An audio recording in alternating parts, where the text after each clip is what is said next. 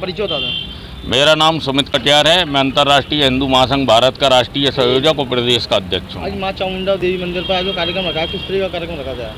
आज माँ चामुंडा मंदिर पर जो है माता का दुग्धाभिषेक किया गया है, हनुमान जी का दुग्धाभिषेक किया गया है, प्रसाद वितरण किया गया है और मोदी और योगी दोनों की तस्वीरों को भी दूध से नहलाया गया है, क्योंकि देश की आज़ादी के बाद में ये पहला, उसके बाद में ये दूसरा कार्यकाल है, मतलब दूसरा टाइम आया है जिसमें तीसरी बार लगातार हमारे भारत माँ के शेर नरेंद्र मोदी जी प्रधानमंत्री पद की शपथ ले रहे हैं।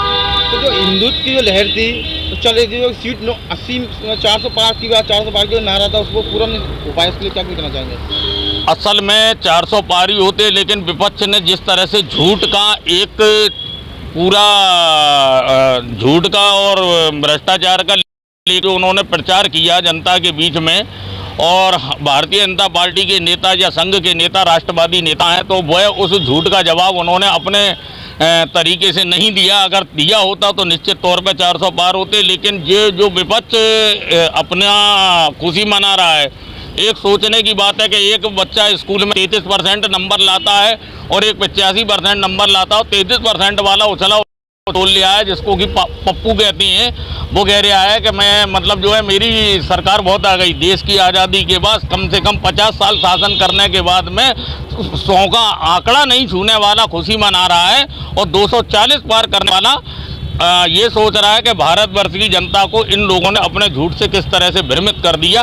लेकिन कोई दिक्कत नहीं है, सरकार बनी नहीं है और सरकार बनने के बाद में सरकार चलेगी। जय श्री राम, हर हर महादेव, जय गौ माता की।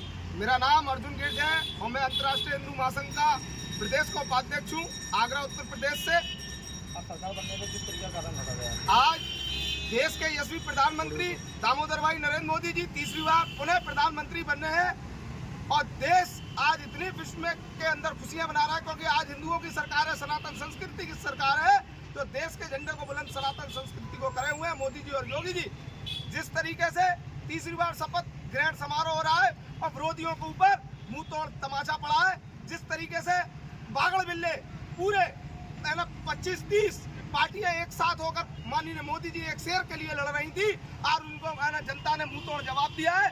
240 सीटें लाकर माननीय मोदी जी विश्व पटल पर आज पूरे भारतवर्ष का झंडा बुलंद किए हैं, और ये हमारे सनातन संस्कृति के लिए गौरवान्वित की बात है, भारत देश के लिए गौरवान्वित की बात है कि देश विकास और प्रगति के ऊपर जाने वाला है, और जनता ने अपना जो निर्णय लिया है बहुत सत्य लिया है।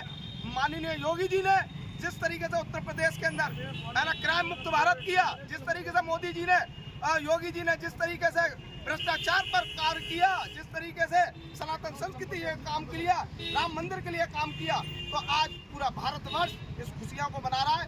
कोई बात नहीं है कि योगी जी ने कम सीटें आई, क्योंकि जब बीसीओ मैं जानते हैं कि जब लकड़ी का एक प्रभाव होता है कि 20 लकड़ियाँ इकट्ठी हो जाती है, एक लकड़ी को तो हर कोई तोड़ देता है, 20 लकड़ियाँ इकट्ठी हो जाती है, उन्हें तोड़ नहीं पाता है। मगर योगी जी मोदी जी ने और योगी ने जिस तरीके से लकड़ी तोड़ने का काम किया है, अकेले ही 20 लकड़ियों को तोड़कर एक साइड कर दिया, और पुनः सरकार प्रधानमंत्री जी की शाम 7 बजे बनने जा रही है। और उसके बाद देखिए पूरा भारत, उत्तर प्रदेश पूरा किस विकास की ओर, प्रगति की ओर चलेगा। विधानसभा की तैयारियां बहुत जोर तोर से है।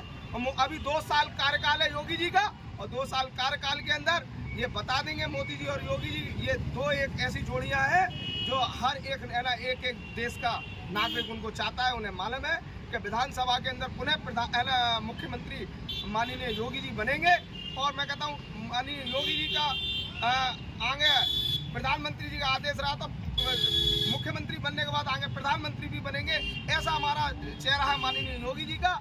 तो हम तो ये चाहते हैं कि सनातन संस्कृति की सरकार आए और माननीय योगी जी की सरकार आए। तो जो उम्मीद लगा के बैठे हुए अयोध्या से, अयोध्या सरकार ना आने का क्या कारण है? अयोध्या से इसलिए जो कारण है, देखो योगी जी अपने लिए, पूरे भारतवर्ष के लिए, उत्तर प्रदेश के लिए जिस तरीके से कार्य किया, उन्होंने सनातन संस्कृति का झंडा बुलंद किया। कहीं कहीं डिफेक्ट आया, क्योंकि विरोधी इतने ताकत में आए कि कहीं ना कहीं उनकी बातों को भ्रमित करके योगी जी के कार्य को दबाकर, उन्होंने जैसे कि अभी कहा कि 85,000 रुपये खाते में आएंगे, तो जनता वहां पर विचलित हो गई। और कांग्रेस दोनों कहते हैं कि एक कोठी चोर था और एक पूरा देश का चोर था।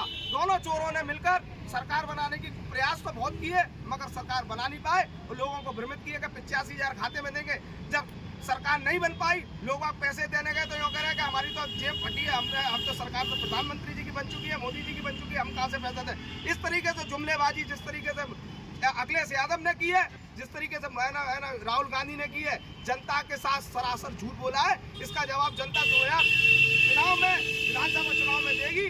जुमलेबाजी बिल्कुल नहीं चलेगी। जो योगी जी कार्य करते हैं देश के लिए, सनातन के लिए, विश्व पटल पर ले जाने का काम कर रहे हैं, कभी आपने नहीं देखा होगा कि पूरे विश्व के प्रधानमंत्री, मुख्यमंत्री हिंदुस्तान के अंदर एकत्रित माननीय मोदी जी ने G20 का कार्यक्रम किया और पूरे बड़े बड़े देश के प्रधानमंत्री, मुख्यमंत्री, राष्ट्रपति जैसे लोग यहाँ पर आज यहाँ पर आए और मोदी जी ने सबको अपना बनाने का काम किया है।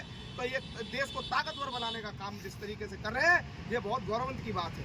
आपका हिंदुवादी संगठन है, आप अपने हिंदू संगठन के बारे में और अंतर्राष्ट्रीय हिंदू महासंघ संगठन है, उसके लिए आप हिंदू के लिए क्या कहना चाहेंगे? मैं कहना चाहता हूँ कि अभी राम मंदिर बना है, अभी हमारी मथुरा और काशी बाकी है, और हिंदुत्व का काम हम अंतर्राष्ट्रीय हिंदू महासंघ भारत पूरे राष्ट्र के अंदर पूरे राष्ट्र के लिए काम कर रहा है।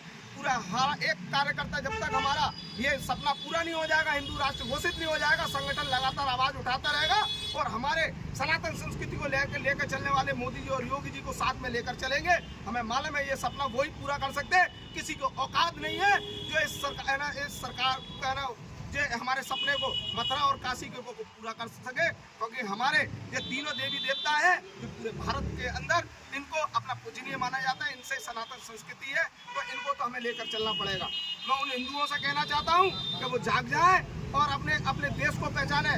तो देश नहीं रहेगा, धर्म नहीं रहेगा तो आप कहाँ से रहेंगे? क्योंकि हजारों देशों से हिंदू भगाया गया है और आगे आज आबादी अपनी ताकत में एक ऐसे ही दो मात्र नेता है जो ताकत से आपका काम करें। इन्हें ताकत से ताकत मिलाकर, इनको कंधे से कंधा मिलाकर इनके साथ दीजिए, जब आपके देश ऊंचाई और विकास की प्रगति के ऊपर